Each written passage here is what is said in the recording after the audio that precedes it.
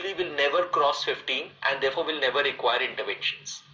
So currently what is recommended for a breast milk jaundice? The recommendation is continue breastfeeding. At least this is the recommendation from the Indian point of view. And this is what I would recommend. On the other hand, there is a type of jaundice which is often confused with breast milk jaundice, which is known as breastfeeding jaundice. Now don't get confused with breast milk jaundice. Breast milk jaundice, as the name suggests, is because of the contents of the breast milk. Breastfeeding jaundice is basically a jaundice which is because of little amount of feeding that the child takes very early after birth. So most newborns after birth, initially when they are taking their feeds, they are taking feeds very slowly, sluggishly. They basically are getting adapted to breastfeeding.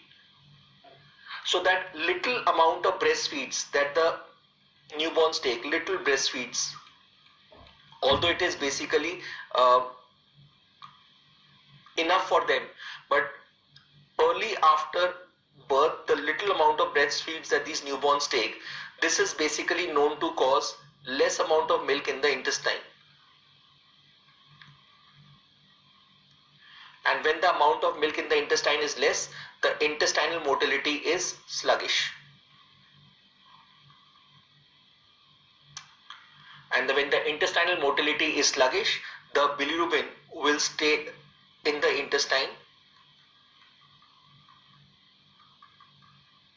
for a longer period of time, therefore is more prone to get deconjugated by the beta glucuronidase enzyme.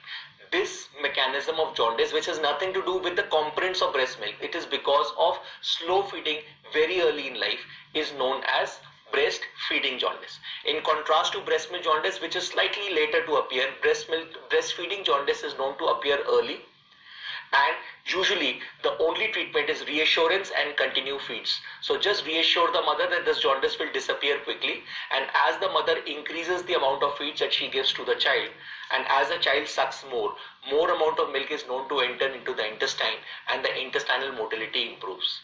So that is how breastfeeding jaundice should be differentiated from breast milk jaundice. Both of them do not usually require any treatment. But one which is occurring because of the components of breast milk, the other which is occurring because of infrequent and reduced feeding, probably very early in life.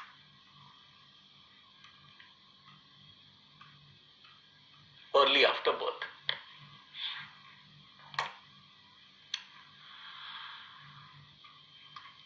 How do you evaluate the levels of bilirubin? So basically there is a rule that is usually given, which is known as the Kramer's rule. So in Kramer's rule, what we normally see is the level of the icterus. So if there is icterus present over the face, the serum bilirubin levels are 5. If the icterus is present over the chest, serum bilirubin levels are 10. If the icterus is on face, the chest and have now come down to the abdomen also, 1, 2 and 3. Now the levels are around 12 milligrams per deciliter. If now the icterus has come from the face down to the whole body and now includes the legs also, 1, 2, 3, 4. So from face to the legs, including the arms, except for the palms and soles which are spared, but otherwise the whole child appears icteric. That means the child's bilirubin levels are approximately 15, and 5, that means the palms and soles are also affected, means the child's serum bilirubin levels are more than 15. This method of bilirubin estimation using naked eye examination is known as the Kramer's rule. I'll repeat again. Icterus over the face, levels are 5. Face and the chest, levels are 10. Face, chest and now the abdomen are also affected, levels are 12. The whole body from face down to the legs, including the arms, but the palms and soles are spared, the levels are 15, and once the palms and soles also become yellow, the levels are more than 15. What is this rule called? This rule is known as the Kramer's rule. This can tell you approximate levels of serum bilirubin which are present in the child. However, obviously the gold standard method, the most sensitive method for bilirubin estimation or for the estimation of the jaundice is the total cerebrin and direct bilirubin estimation. So although Kramer's rule can be used, it is a rule which is actually a very non-reliable method and can tell you only the approximate levels of bilirubin.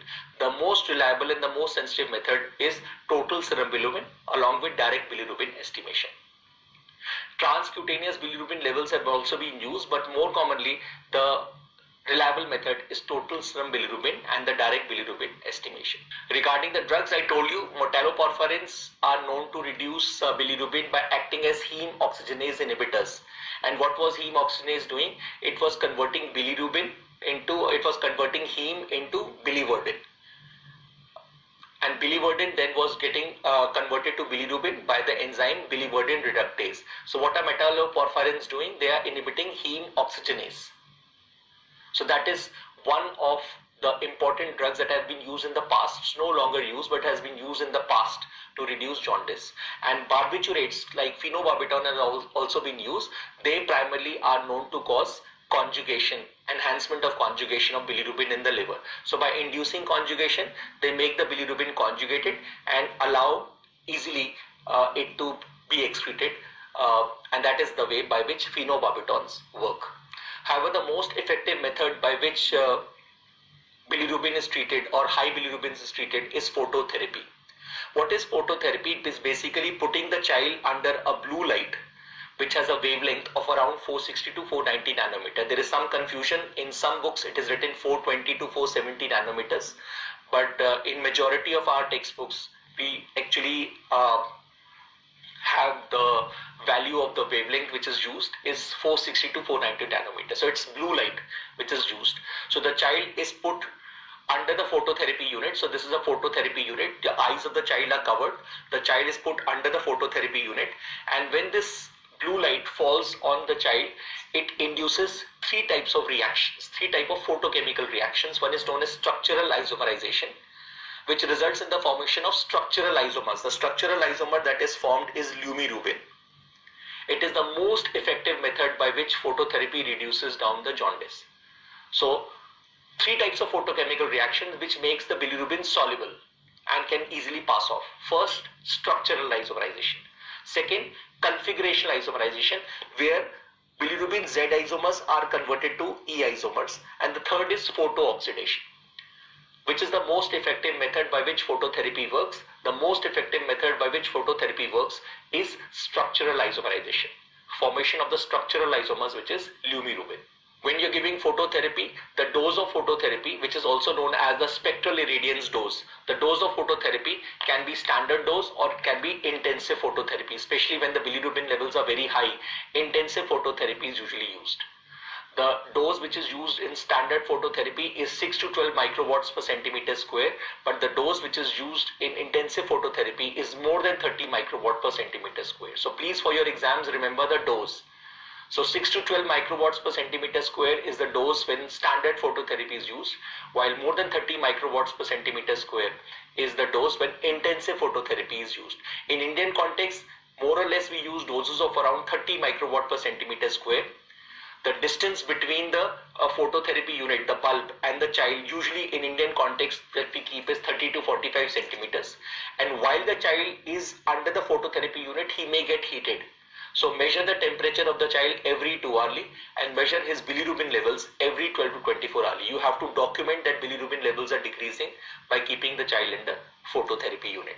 So I hope you have understood structural isomerization, configuration isomerization, photooxidation. Which is the most effective method by which phototherapy works? It is structural isomerization. The dose of phototherapy 6 to 12 microwatt per centimeter square, normal dose, but more than 30 microwatt per centimeter square, intensive phototherapy. Whenever the bilirubin levels are very high, intensive phototherapy is usually used. Especially in the Indian context, we often use doses of up to 30 microwatts per centimeter square. Monitor the temperature every 2 hourly and monitor the serum bilirubin levels every 12 to 24 hourly. Which is the most effective method by which phototherapy works? It is structural isomerization. This is one of the most common methods used for reducing jaundice in newborns. But does it have any side effects? Yes, it is known to have some side effects. One of the most important side effects of phototherapy is loose stools. These children often suffer from dehydration because of loose stools and retinal damage. That is why eyes should always be covered. when the child is put under the phototherapy units. Eyes should always be covered. Hypocalcemia is a very important complication of phototherapy, especially if the child has been kept for periods more than 48 to 72 hours. So there is a dictum in many hospitals that if a child has been kept under the phototherapy for more than 72 hours, a serum calcium evaluation is often done before the child obviously is discharged. This is because one of the known complications of phototherapy is hypocalcemia. So you never know, you are trying to reduce down the jaundice in a newborn and suddenly the child may go into a hypocalcemic state and may start seizuring. In addition, one of the important complications of phototherapy is bronze baby syndrome. So it's often asked in the exam, what is bronze baby syndrome? It's a complication of phototherapy and should be differentiated from gray baby syndrome, which is a complication of chloramphenicol toxicity. So bronze baby syndrome is a complication of phototherapy, but gray baby syndrome is a complication of chloramphenicol toxicity. These are questions which have been asked, which of these does not affect the effectiveness of phototherapy. While type of bulb is important, distance between the bulb and child again is important. The surface area that is exposed is again important. Color of the child does not affect the effectiveness of phototherapy. And photochemical reactions in phototherapy, conversion of bilirubin from Z to E isomers. So I told you there are three methods: structural isomerization, configurational isomerization, photooxidation. Structural isomerization is conversion of Z to E isomers. So Z to E isomers is configurational isomerization. Structural isomerization, configurational isomerization, photooxidation. Which is the most effective method by which phototherapy works? It is structural isomerization.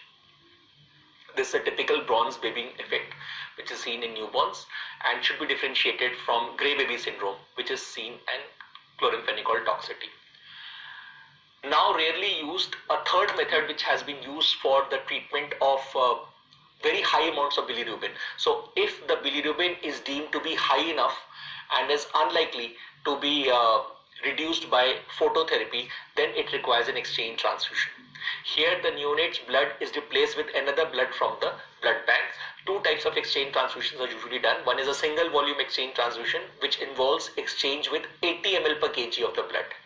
It is actually equivalent to the neonatal blood volume. What is neonatal blood volume? 80 ml per kg of blood. So when you do an exchange with 80 ml per kg of blood, this is known as a single volume exchange transfusion.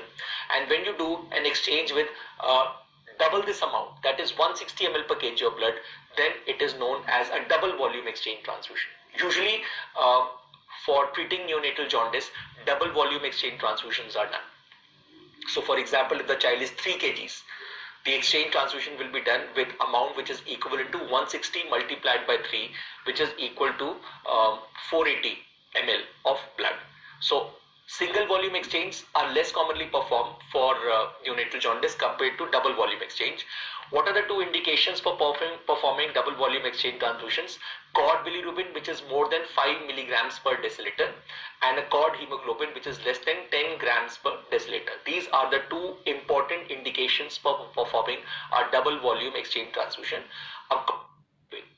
The levels started to rise so fast that in the cord only, when you took the umbilical cord blood and you saw the bilirubin levels, it was more than 5 milligrams per deciliter. It's pretty high. And the other indication is a cord hemoglobin, which is less than 10 grams per deciliter.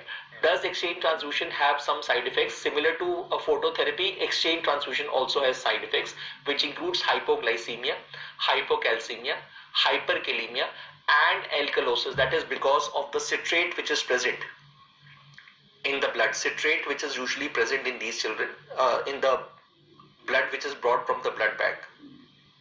So blood banks, one of the preservative that is used is citrate phosphate dextrose. This blood which contains citrate, when it enters into the newborn, this citrate, it chelates the alkalis and basically is known to cause alkalosis. Citrate itself is an alkali, so it's known to cause alkalosis, and this citrate also is known to and is known to result in hypocalcemia. So please remember, alkalosis is an important complication of exchange transfusion. Acidosis does not occur. It is alkalosis which occur in exchange transfusion. Which are the other complications? The other complications for exchange transfusion are hypoglycemia, hypocalcemia, and hyperkalemia. Just see these two questions. All are features of necrotizing enterocolitis except. So abdominal distension is a feature. Now NEC is associated with hypoxia because NEC is a result of asphyxia, and hypoxia will actually lead to lactic acid metabolism. So therefore NEC will lead to acidosis. So please remember, all are features of NEC except. So abdominal distension is usually present. Vowel sounds are usually decreased. They are not increased, so they are decreased. Metabolic acidosis is present and pneumoperitoneum is present. So the answer here will be choice B, because all children who have necrotizing enterocolitis do not have alkalosis, they have acidosis. In contrast, all children who have undergone exchange transfusion, they have alkalosis, they do not have acidosis. So not a complication of exchange transfusion. Hypoglycemia is a complication, hypocalcemia is a complication, hyperkalemia is a complication. As I told you, alkalosis occurs in exchange transfusion, not acidosis.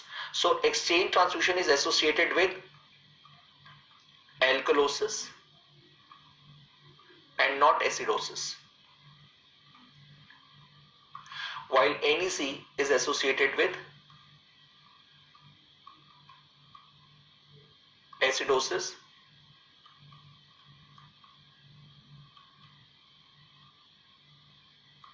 but not alkalosis. So remember this, necrotizing enterocolitis is associated with acidosis but not alkalosis, while exchange transfusion is associated with alkalosis but not with acidosis.